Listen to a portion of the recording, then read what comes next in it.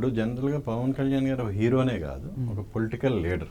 దాంతో డెఫినెట్గా ఆయన ఫ్యాన్స్ ఎంత ఈగర్గా వెయిట్ చేశారో ఆయన అపోజిషన్ వాళ్ళు కూడా అంతే ఈగర్గా వెయిట్ చేశారు. అంటే ఇందులో ఏమి లూప్ హోల్స్ ఉన్నాయి, ఏమి వెతుకుదామా అని. సో రిలీజ్ తర్వాత కూడా అవి ఏదో ఒక రూపంలో బయట పెడుతూనే ఉన్నారు కదా. సో వాటిని మీరు ఎలా ధీటుగా తిప్పికొట్టగలుగుతున్నారు? సార్ చాలా సింపుల్ అంటే ఎవ్రీ పిక్చర్లో ఒక 4 ప్లస్ పాయింట్స్ ఉంటాయి, 4 మైనస్ పాయింట్స్ ఉంటాయి. నాట్ ఓన్లీ ఈ ఫిల్మ్, ఎనీ ఫిల్మ్ ఒక 5-6 ప్లస్ పాయింట్స్ ఉంటాయి, 4 మైనస్ పాయింట్స్ ఉంటాయి. సో మనం ఫ్యాన్స్ కొన్ని మంది ఎమోషన్ కనెక్ట్ అవుతారు, కొన్ని మంది వచ్చి హీరోయిజం కనెక్ట్ అవుతారు, కొన్ని మంది ఓవరాల్గా సినిమా ఫీల్ గుడ్ ఫిల్మ్కి కనెక్ట్ అవుతారు. సో ఇలా ఆడియన్స్కి కనెక్షన్ బాగుంది సార్. ఏదో ఒక లూప్ హోల్ పట్టుకోవాలని ఏదో చిన్న మిస్టేక్స్ లాగా లైక్ ఒక చిన్న సీజీ షాట్స్ బాగలేదని అవి బాగలేదని ట్రోల్ చేస్తున్నారు. సో గుడ్ థింగ్ ఏంటంటే దీంట్లో వాళ్ళు ఎవరు స్టోరీ బాగలేదని చెప్పలేదు.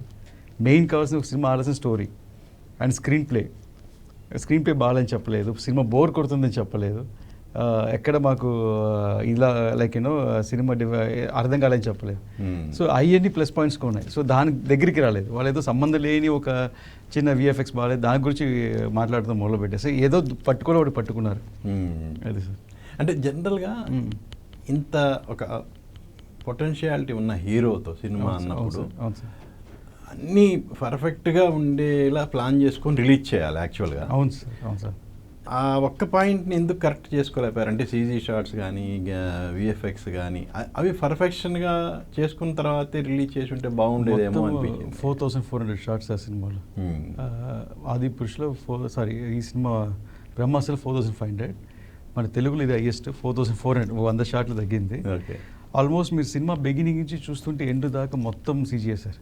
ఓకే. సో మీరు బిగినింగ్ మచిలీపట్నం పోర్ట్ గ్రాఫిక్స్లో ఉంటుంది, మీకు అనిపించదు ఏది గ్రాఫిక్స్ మీకు తెలియదు, వెళ్ళిపోతూ ఉంటుంది సినిమా. టైగర్ నుంచి గోల్కొండ ఫోర్ట్ దగ్గర నుంచి, ఆగ్రా ఫోర్ట్ దగ్గర నుంచి, రెడ్ ఫోర్ట్ నుంచి. సో చాలా స్ట్రక్చర్స్ లేయర్స్గా ఒక్కొక్క షాట్లో 10-20 లేయర్లు ఉంటుంది సార్.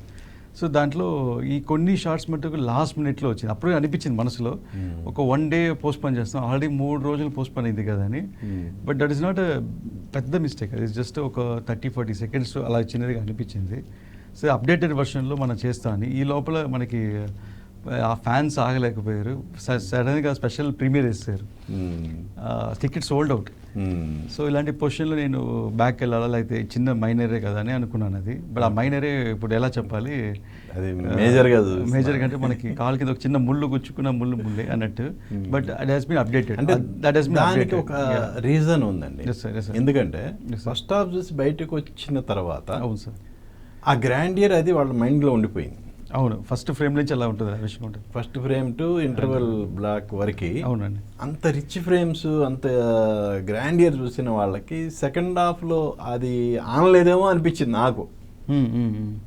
మేబీ దానివల్లనే ట్రోలింగ్స్ అవి రావడానికి కూడా రీజన్ అదేనేమో అనిపించింది. ట్రోలింగ్ రాలేదు సార్, ఫస్ట్ డే అలా అన్నారు, but it has been updated.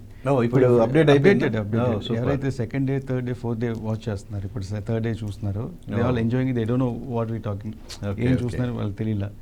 So updated version చాలా బాగుంది. నాకు జస్ట్ ఆ మ్యాటర్ ఆఫ్ 1 డే మిస్ అయింది నాకు. ఓకే. గ్రాఫిక్స్ అన్ని ఇప్పుడు అన్ని అప్డేట్ అయిపోయింది. So people are enjoying it so much. అది ఓకే. మీరు అన్నట్టు పవన్ కళ్యాణ్ గారు ఇంత అంటే ఈ సినిమా పబ్లిసిటీలో ఆయన ఇన్వాల్వ్ అయిపోయారు. అవును సార్. ఇంతకుముందు ఎప్పుడు ఏ సినిమాకి రాలేదు, ఆయన ఓపెన్గానే చెప్పారు. అవును సార్. సో ఏంటి అంత ఆయన అంత ఇన్స్పైర్ చేసిన అంశం ఏంటి sir? First of all sir ఇప్పుడు ఇన్వాల్వ్ అవ్వలేదు సార్. ఈ పిక్చర్ షూటింగ్లో అండర్ ప్రొడక్షన్లోనే ఒక చౌకీదాని ఫైట్ ఆల్మోస్ట్ 57 days సారే కొరియోగ్రాఫ్ చేశారు. ఓకే. అక్కడే sir full time, blood, sweat అంతా ఈ సినిమా మీద పెట్టారు. ఓకే. సో ఒక సైడు ఎలక్షన్స్ జరుగుతుంది, ఒక సైడు ఆ టెన్షన్లో ఈ టెన్షన్లో మేనేజ్ చేసి చాలా బాగా చేశారు. ఆ ఎపిసోడ్ అది ఆ ఎపిసోడే నాకు సినిమాకి ఇన్స్పిరేషన్.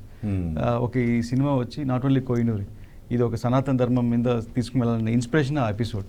సో అంత బాగా సార్ స్ట్రక్చర్ చేశారు. సో దాన్ని ఎడిట్ చేయడం చాలా టఫ్గా ఉండింది, బట్ ఐ మేనేజ్డ్ ఎలాగో.